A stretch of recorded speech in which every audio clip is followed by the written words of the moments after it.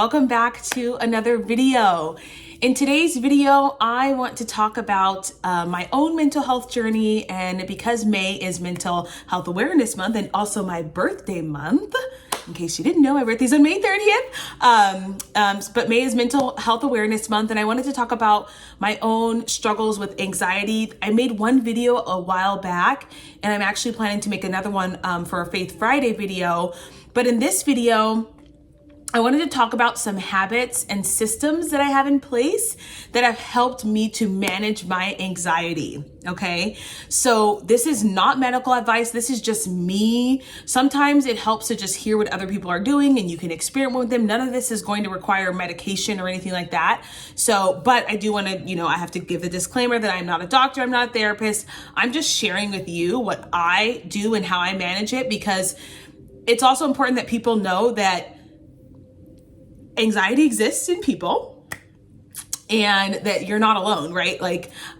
So anyway, before I get started, I want you guys to please like this video, comment when you're done, and subscribe to this channel, all that good stuff. And if you're not following me on Instagram, you can go ahead and find me at _coach.joe. I'm on Instagram. So anyway, let's get started. So in my very first video I did on anxiety, I explained that when I was in my 20s and all the way till I was about 29, I struggled with anxiety, real full-on panic attacks. I would remember distinctly being in the car with my sister and being like, I'm gonna die, my heart's beating out of my chest. And this would happen at the worst part in my life, it was probably every other day. It was scary. I genuinely thought I was dying, I was having heart palpitations. I was just a mess, a wreck.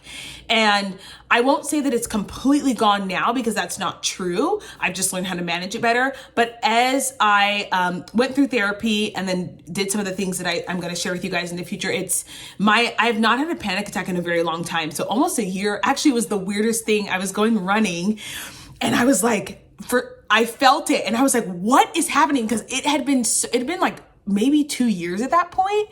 And this was either last year or the year before, the panorama made everything a blur. But I was like, what is this? And I had to stop myself in the middle. I was literally in the middle of the street, and I don't know what caused it. I was just went back into I couldn't breathe. Felt like I was going to faint. I was going to pass out. So anyway, at the height of my anxious life, I was experiencing panic attacks probably every other day. I would go to the hospital for them, and in college. And so anyway, I started to put some things into place, and that really helped me to manage it. So I'm going to tell you guys those things. First and foremost, I think everybody who experiences anxiety should see a therapist. And the reason is that anxiety is a byproduct of trauma oftentimes. So it's you got to learn how to deal with that trauma so that you can bring your anxiety down. So first and foremost, for as long as I can remember, I have had a high metronome. And I call my personal metronome has been very high. You guys know, so I used to play the clarinet, and it was, that thing goes, mine's and some of you will get what I'm saying, where you are naturally on high alert. And I say naturally, but really it's a response to trauma, right? So I think it's important to go to therapy so that you can start to process that information. So that's number one. Number two, journaling. Journaling has changed my life because it allowed me to put pen to paper all of the fears, the worries, the concerns, the anger, the discontentment, the fear from the things that happened in my life and the things that were going to happen, right? So I allowed myself, when I lived in Korea, you guys, I had pages upon pages upon pages of journaling, because I had a lot of free time, and I would write these extremely long letters to God. And I was you probably thought I was a mad woman, because the things that I said, the things that I revealed, the anger that I let out, the, fears, the concerns, even the joy, right? Like, and I was feeling good things too. I was letting it all out. And we know that anxiety also comes when there is no release, right? We don't have a place for our emotions to go. We don't have a place for our feelings to go. We struggle with anxiety because we're pinning things up. So number one, I journal a lot. And when I have free time now, I journal less than I did back then. But when I was first coming out of that journey, I journaled every single day, pages upon pages, and things would come to my mind from my childhood, and I would just journal it out and write it all out and release it, because something does happen in your brain when you physically write something out. It is a release, and you need that. Particularly as a woman, you need that release. And so I journal a lot. The second thing is I do a lot of deep breathing in through my nose, and I try and breathe up and down, so that I can just really relax. One of the things that my dentist actually recommended was me mouth taping, and mouth taping forces you to breathe in through your nose. And when you do that, it's a deeper breath. And so you can actually calm your nervous system by breathing. And so I frequently will stop and notice if I'm actually breathing, because I was talking about my metronome, you guys, like that will bring my metronome down. That'll bring my internal tick, tick, tick, tick, tick to be a little bit more regular. Okay. So I do a lot of like,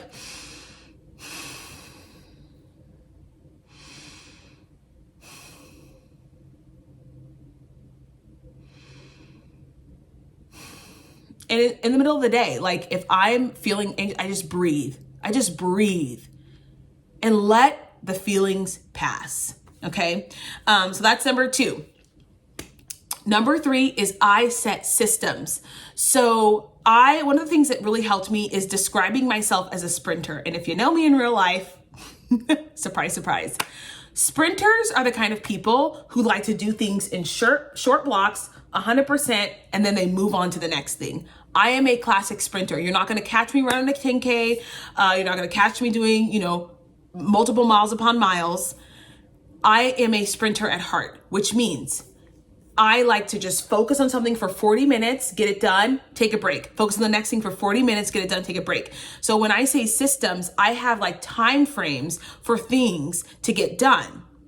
And the rule is whatever I get done in that time frame, unless it impacts my rent or like my true safety, I'm done with it. So I do the 40 minutes, you're done.